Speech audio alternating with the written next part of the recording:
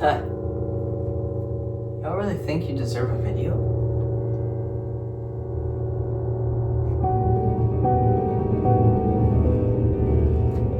Y'all really think you deserve a video? Oh man, look like crap. Oh God! Excuse that. Oh shoot. Y'all think you really deserve a video, huh? Really? You really do? I have to give it to them. You guys suck. Generally. Because why the am I keep on losing subscribers? Subscribe. Press your fat finger and press subscribe. I'm not gonna have to tell y'all again. Okay? Good boy. Hey, you better subscribe. Cause your boy needs the subscribers to 3K. Shut up! Your boy needs the subscribers to 3K. Yeah.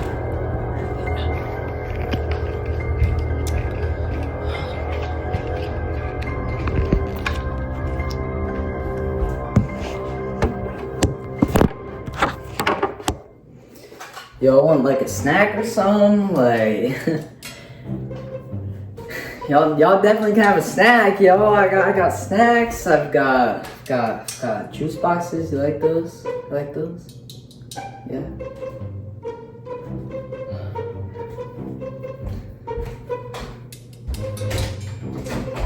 Just get a quick snack, y'all.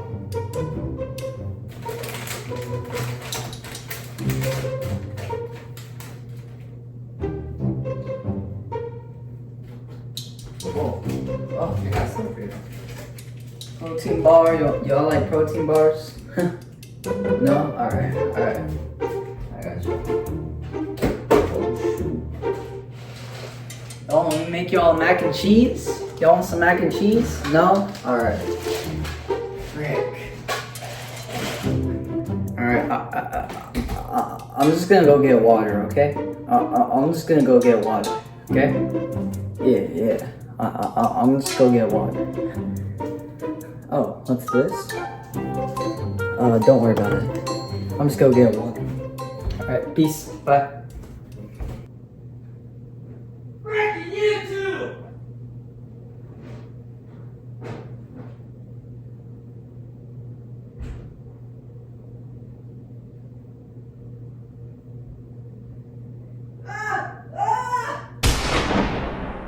You're dead!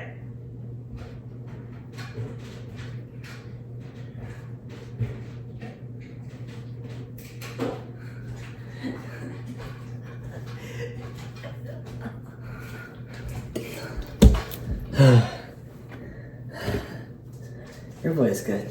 Your boy's good. Your boy's good. Alright. Your boy just, he did nothing. He just did some business down the basement. We're not supposed to go down there, if you know what I mean.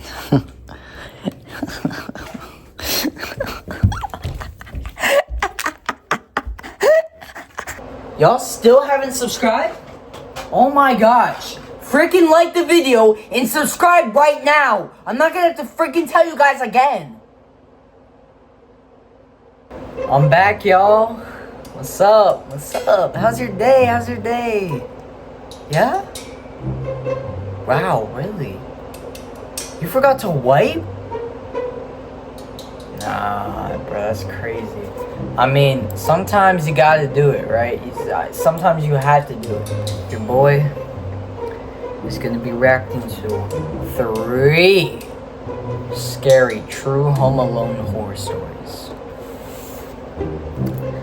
Your boy's home alone right now. Let's just get right into it. I already have my big boy headphones on. This is 3 scary true Home Alone stories by Mr. Nightmare. Alright, here we go. Y'all, let's get it. Let's get it. I gotta turn the volume up a little bit. Home Alone scary stories. Story 1. Back in 2023, I experienced one of the most unnerving and scary nights of my life. I can't explain what happened. I never liked staying home alone, but after this night, I don't think I've ever stayed overnight anywhere alone since. At the time, my fiance Ryan and I were looking to buy a house since our lease just expired in our apartment, and we didn't want to renew for another whole year. One of my dad's oldest friends owned a house in the area that was currently available to rent because the previous renters had passed away.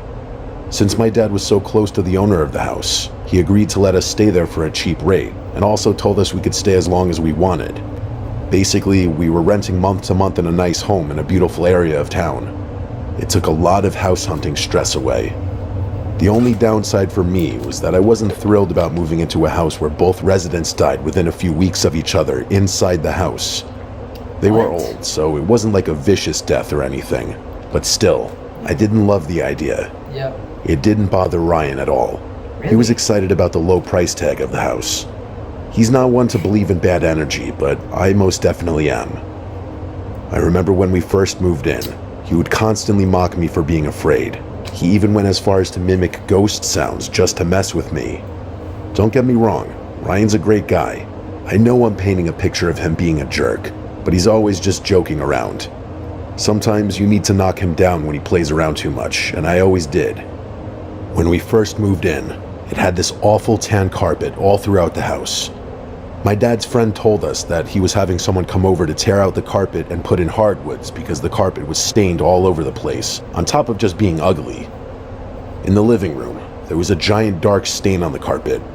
The first day we moved in, Ryan asked my dad's friend if he knew where the stain came from, and he shared information I wish I hadn't heard.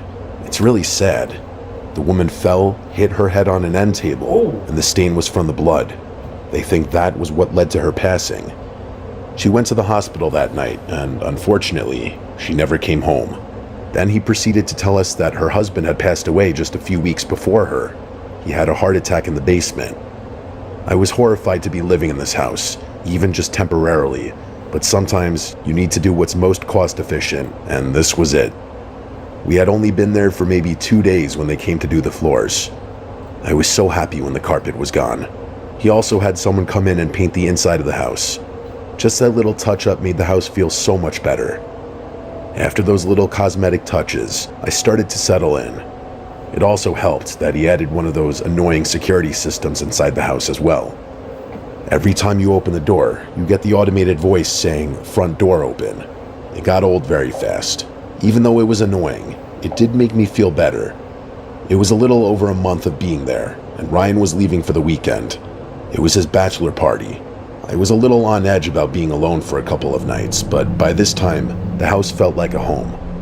I also had the company of our cattle dog, Rex, which made me feel safe. Friday, July 7th, I left for work at 7 a.m. I kissed Ryan goodbye because he was heading out a few hours later and wouldn't be back until Sunday afternoon. I got home that evening and felt a little off. I was positive that I was just feeling anxious because I was alone. I ordered myself Thai food since Ryan hates it and it's my favorite. I put on The Office and just watched my feel-good show until I started getting tired. I think it was close to midnight, and I began to hear this weird noise coming from the basement. This was an older house, so I just kept telling myself that the house is creaking. I turned off the TV and started heading into the bedroom. That's when Rex ran to the basement door and started barking. This was not normal behavior for Rex. He was protective but quiet. He didn't really bark a lot. He mostly howled when he would get vocal. But on this night, he was barking. He sounded tense, like something was wrong. I tried consoling him, but he wouldn't calm down. I don't know why I did this, but I slowly opened the basement door and turned the light on. Rex stopped barking and started to growl. I was gonna go down and just make sure everything was okay, and then I remembered that the old man died down there. I know it sounds crazy, but that freaked me out. I felt frozen at the top of the stairs. I couldn't even look. I tried taking a picture of the basement from the top of the stairs, but it was just too dark down there to see. Guys, I apologize. My iPhone storage was full, so I had to go delete some things. But we're back, alright? Who? Full submit with the story. Oh, jeez, I didn't realize that. Okay, so let's go. We're at 4:55. Alright, let's just continue. I was too scared to go down there myself and look. That's crazy. Especially with Rex losing his mind. Yeah, I shut the door and went to the bedroom. A real photo from Eventually, Rex calmed down and joined me in the room. He wasn't barking or growling anymore. Instead, he stayed at the bottom of the bed staring at the door all night. It was like he was on high alert. This scared me more than his barking. I slept horribly that night. I expected someone or something to run into my room at any moment.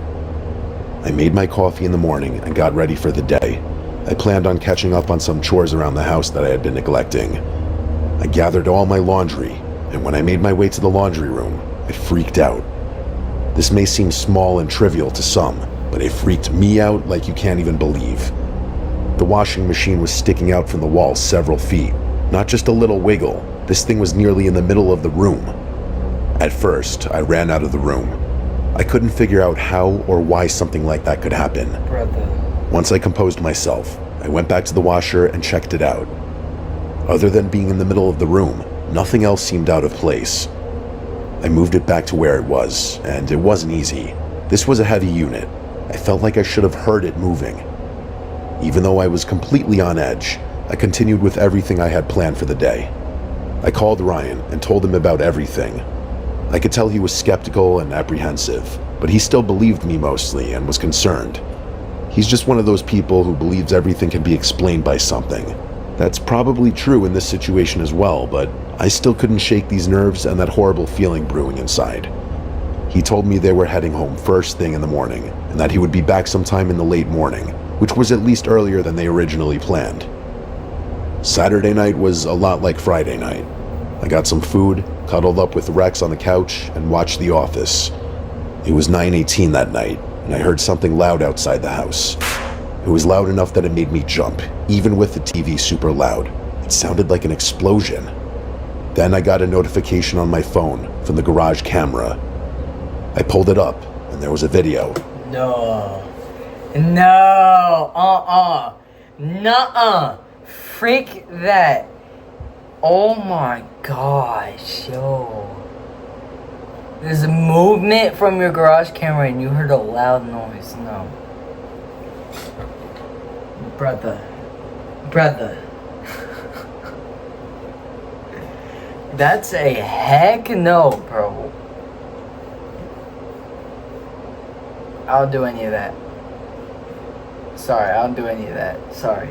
No. Just a no. Please submit with story.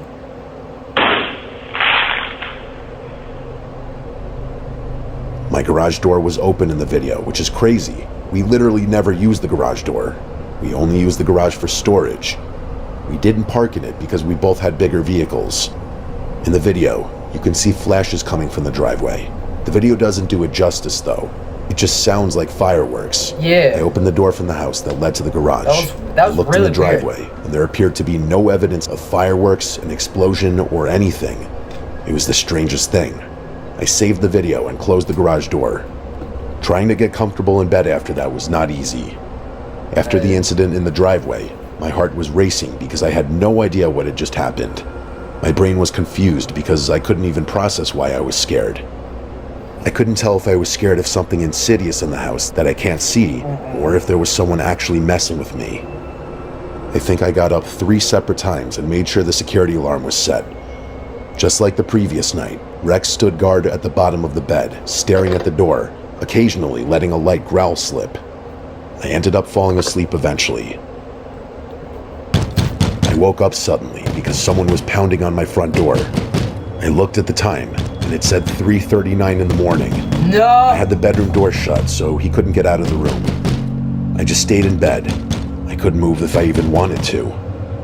It wasn't like somebody knocking. It was just a continuous banging on the door. Finally, I got up. just before opening the bedroom door, I heard front door open coming from the security system. I ran to lock the bedroom door. No, I can't do this while I'm alone, bro. I can't do this while I'm home alone right now, bro. I cannot do this. No, fudge, no, dude. Brother, I'm hopping out the window. I'm not staying in the house with my dog, actually. How would I hop out the window with my dog? That's crazy. I don't know how I would do it, but I'm doing it. I don't care. Front door open. Like, no! No, I'm not doing that. No, brother, no. I'm not doing that. No. Absolutely not. No, that's disgusting. Ew. I grabbed my phone to call the cops, but it wouldn't turn on. Whenever I would press the side button to get the screen to light up, it just lit up with a black screen. I think this was the moment I started to cry. I looked over, and I was able to visibly see the doorknob shaking. I started screaming, "Go away." I called the police and told them someone had broken into the house. They showed up promptly and found nothing out of the ordinary except for the fact that the front door was wide open. Nothing had been stolen, and there was no sign of any foul play at all. I showed the police the video, and they assumed it was most likely some kids lighting fireworks off, even though there was zero evidence of that in the driveway. As for the door opening, the cops told me it must have been the wind. Yeah, that's it.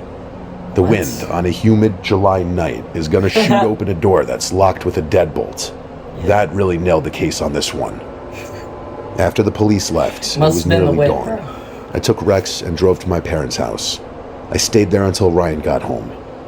I told them what happened. They were kind of on the side of the police, but still comforted me anyway.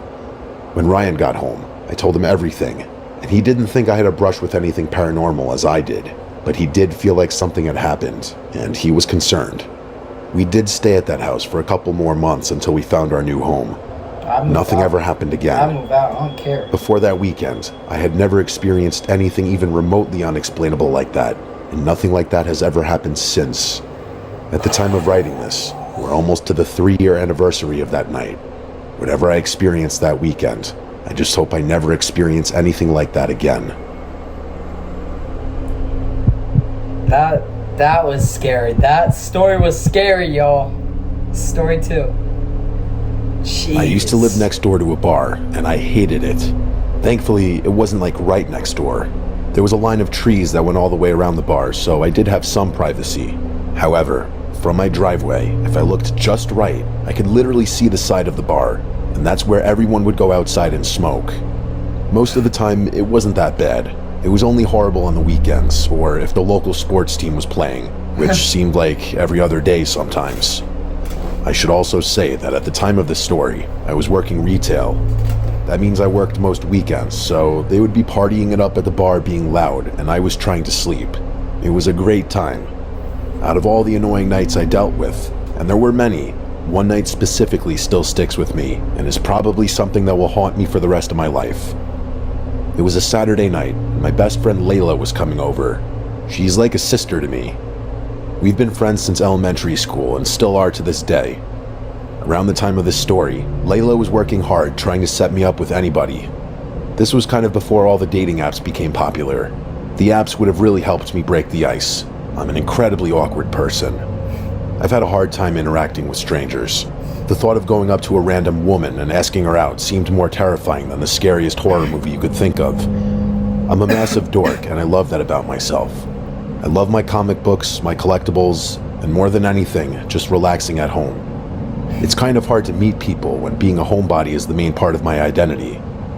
That's why Layla was trying to be the ultimate wingman. It wasn't going well, though.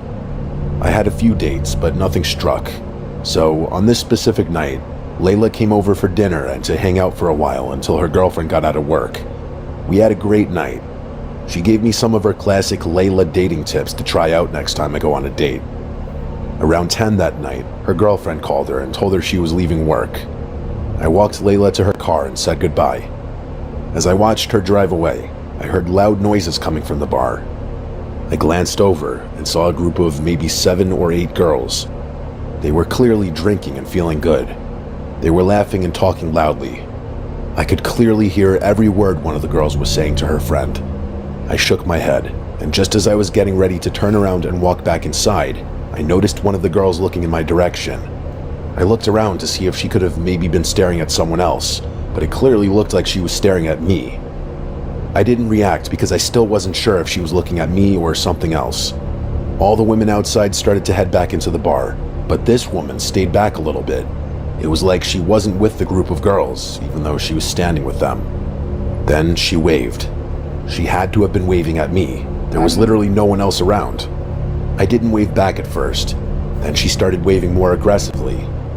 I hesitantly waved back, and she reacted by blowing a kiss in my direction. All I did was smile and go inside. Clearly, it was just a woman at the bar who may have had one too many drinks. After the weird interaction outside, I went in and started playing video games since I had a weekend off for once. I couldn't think of a better way to spend the evening. Around 1:30 that morning, I heard a knock on the door. I paused the game I was playing. I heard the gentle knock again. I wasn't that freaked out because of the close proximity to the bar. I've had people show up at my doorstep before.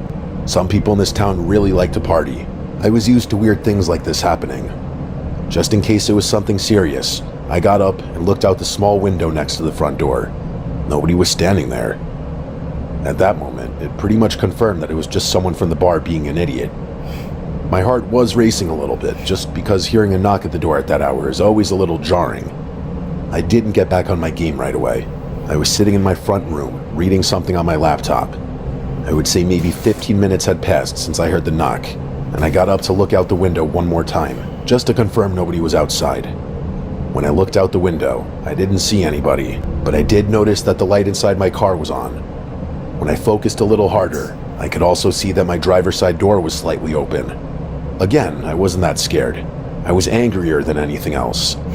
It wouldn't be the first time that someone from the bar tried to break into my car and steal something. Really? The joke was on them because I didn't keep anything valuable in my car. The last time this happened, the light inside my car was on all night, and my battery died the next morning. I didn't want that to happen again.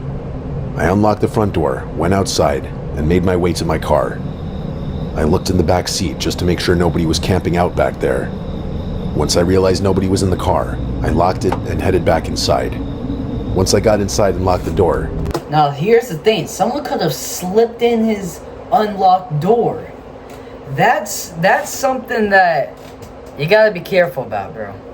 Personally, if I saw someone in my car and I didn't keep really anything in there that wasn't really valuable, you know, I don't know how I'd react. I mean, I'd be mad, I'd be pissed like he is, but I don't know if I would actually go outside and like investigate, because like, bro, if I leave my door unlocked, someone who's probably had a plan to get inside my house just by you know, open my car, messing around with it, probably intended me to go outside and interact with that, so I was distracted so they could get inside my house. That's where I think this story is gonna go, but we'll see. I realized I could smell something. It was like a lavender perfume or something. It could have been Layla, but she isn't the perfume type, and I don't think the smell would have lingered that long. My thought was that whoever accidentally knocked on the door was probably wearing too much perfume and the smell was still lingering on the front porch. I finished what I was doing on the computer, shut down my video game, and decided to finally head to bed. I still felt a little anxious about everything that happened, but I wasn't scared. I put on a movie in bed and tried to drift off. I don't know exactly how much time had passed until I heard something. I turned the movie off so I could hear better.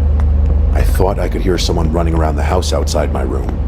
It sounded like light, delicate footsteps, but they were moving rapidly. I moved closer to the door to listen. I heard the sound of giggling. It was a soft, feminine giggle. When I heard the giggling and unmistakable sounds of running around, I completely shut my cracked bedroom door and called the police. I told them that someone broke into my house, most likely somebody from the bar next door. While I was waiting for the police, every minute felt like an hour. Eventually, I didn't hear the running around anymore. I quietly got up and left the bedroom. I grabbed one of my dad's golf clubs from my closet and started slowly walking through the house.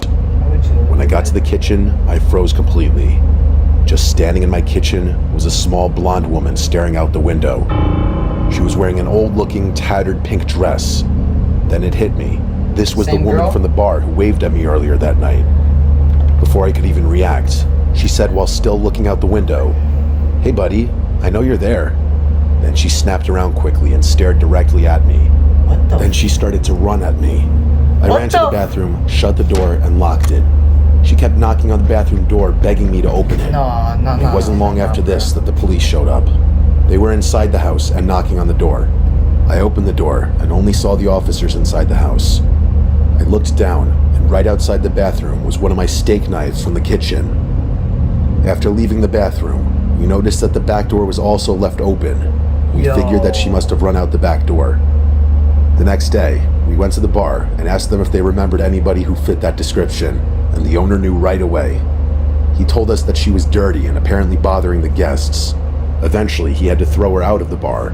She was lingering outside for a while, but once he threatened to call the police, she disappeared. After that night, I never saw her again, thank God.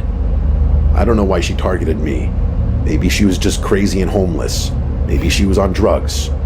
I spent a while trying to figure out how she got into the house. The only time I could think of is when I went outside to shut my car door. She had to have been hiding somewhere near the door and ran inside when I wasn't looking. I'll never forget that night.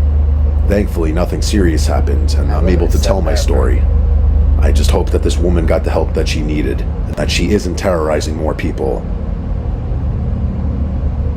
No. Last story. I've spent most of my life being alone. That's not a knock on anybody in my family or past relationships. It's just that I've always thrived when I'm alone. Whenever I date, I end up breaking off the relationship before it gets too serious. This isn't a pity party either. That's the way I've always liked it. Being able to focus on myself, I've been able to build my company and find success. My job allows me to travel all over the world and meet people from every walk of life. Basically, I'm kind of like an interior decorator. I meet with clients, talk about ways to design rooms, and help them achieve their vision. I'm currently in my mid-30s, and for the first time in my life, I have a roommate. Last year, something happened to me, and now I never want to be home alone again. Here's why. Years of grinding allowed me to save money, so I was able to buy my dream home. I moved into the house 6 months before the events of the story took place. By this time in my company's life, I was fortunate enough to be able to pick and choose my clients. Because of the high demand, I unfortunately had to turn a lot of people down. With the success of the company, I spent a lot of time working, even when I was home. Unless I was meeting with a client somewhere, I did most of my work right from my home office. A few months after I moved in, I started hearing this weird noise when I was working in my office. I didn't hear it all the time, just sometimes. The noise was like a shuffling sound. I realize that's vague, but that's exactly what it sounded like. Imagine the sound of someone pushing a box in a room next to you. That's kind of what it sounded like. The shuffling was always brief, but loud enough that it would break my concentration whenever I would hear it. The first few times I heard the noise, I ignored it and went back to work. Once it started happening semi-regularly, I couldn't ignore it anymore. One afternoon when I heard the strange shuffling noise, I stopped working and went upstairs to investigate. I remember standing completely still, trying to hear anything I could, but it would always just be me standing there. I felt like I was losing my mind. I'd hear the noise, I would stop whatever I was doing, and run around the house. Once I proved to myself that there wasn't anybody walking around upstairs, I thought that it had to be squirrels that must have gotten into the siding of the house. I remember when I was growing up, a bunch of squirrels got under the roof in my parents' house, and it would keep me up all night. Anybody who has had this happen to them knows how much of a pain this can be. Not just because they can be annoying running around, but because of the damage they can cause. Once I had my squirrel revelation, my mind was at peace for a little while. I figured I would just take care of it when I had some time. The noise continued for a few more days. Every time I heard the noise, I would write myself another note to remind me to call someone about the squirrels. I had so many other things on my plate that calling someone to deal with this was the least of my concerns.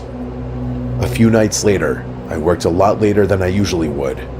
I didn't get off of my computer and into bed until after 2 in the morning. While I was lying in bed trying to go to sleep, I heard the shuffling sound again. This was the first time I heard the sound at night. I tried to ignore it and just go to sleep, But this shuffling sound was different from the one I would hear from my office. Usually, I would hear the quick shuffle and then nothing, but now, this sounded like continuous movement. It annoyed me enough that I got up, stood on my bed, and tried listening through the ceiling. The shuffling sound stopped, but I heard something worse. I swear I could hear breathing. Just thinking that seemed ridiculous to me. Then I remembered that my house has a crawl space in it that's like a small attic. The crawl space was very small and kind of hard to even get to that I didn't even use it for anything. It dawned on me that my crawl space was directly over the bedroom. I was terrified. If it was breathing that I heard, I didn't want to think about what that meant. Even though I was scared now, deep down, I still thought I was dealing with squirrels. I got myself hyped up to at least look at the crawl space. I had one of the pull-down strings on the ceiling that released a ladder that led to the crawl space. The string was usually secured next to the door. I was short enough that I had to get a chair to stand on just to release the string so I could pull it. I started to pull the string hard because I thought it might have just jammed. Finally, it opened, and I slowly went up the ladder. All I did was poke my head into the crawl space and look around quickly. I didn't realize how scared I was until I was actually on the ladder. It was dark, and I didn't see anything except for two giant beams on each side of the crawl space. After my quick glance, I shut the crawl space door. I was starting to scare myself. I went into the living room and turned on the TV. I couldn't sleep. I just kept thinking about someone being in the crawl space, hiding behind one of those beams. At least with the TV on, I could try to distract my thoughts. I started to doze off eventually. While I was going in and out of sleep, I thought I heard the sound of a door creaking open. The sound was jarring enough that it woke me up instantly. I jumped off the couch and scanned the entire room. I didn't see or hear anything at first. I took a few steps from the living room into the kitchen. I still didn't see anything out of the norm. I walked out of the kitchen and into the hall. At the end of the long hallway was my office. Since the hallway was pitch black, I turned on the light. I half expected to see someone standing at the end of the hall once the light was on. I was so on edge by this point. I slowly continued down the hall and into the office. Once again, everything seemed fine. After finishing my search downstairs, I slowly made my way upstairs. Right away, I noticed that the pole string was dangling down, and even more terrifying, it looked like it was slightly swaying. I thought it had to be in my imagination. I was sure that I secured that string when I closed it earlier. Because of how scared I was when I went up there, I thought to myself that it was possible that I could have left the string hanging, as unlikely as that may be. As I walked down the hall, I noticed my bedroom door was almost completely shut. I always leave it wide open. When I grabbed the door to open it, I noticed that the door made a loud, creaking sound. I was terrified.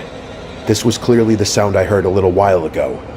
What I couldn't figure out is why. I turned on the bedroom light, and the room looked exactly how I had left it. Just as I was about to leave the room, I noticed something. On the floor right next to my bed looked like a small clump of dirt. I got close to the dirt and bent over to look at it. When I was down on one knee, I thought I could hear that breathing sound again. From my position on one knee, I got down even further and looked under the bed. Lying under the bed, staring directly at me, was a middle-aged man. I screamed and fell back on my two palms. The man didn't move, but he shouted, "Hi, Julie, it's okay." I was trying to get up and run, but I felt like I was stuck in quicksand. He just kept yelling, "It's okay," over and over again. I ran downstairs, grabbed my phone, got in the car, and drove off. There's a 24-hour diner near my house. I drove to the diner and went inside in hysterics. I called the police, and they sent a patrol car to the diner to check on me, and then a few more to the house.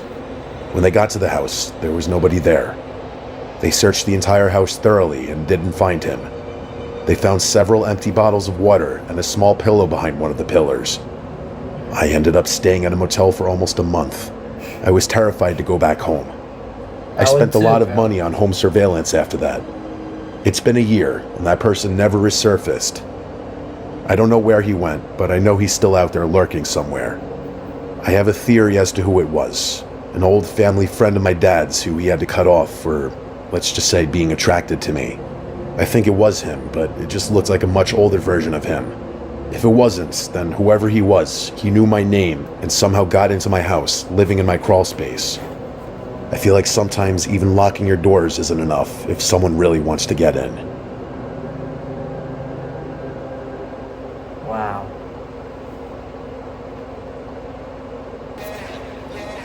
Crazy, y'all! That was insane.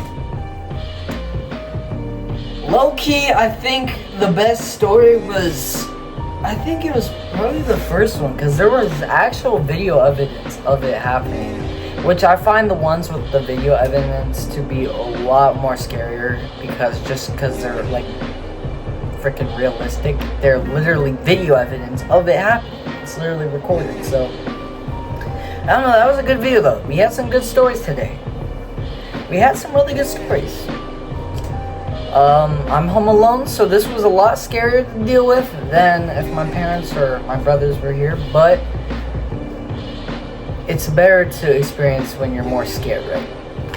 So, if you guys enjoyed today's video, make sure you guys like, subscribe, comment what you want to see next.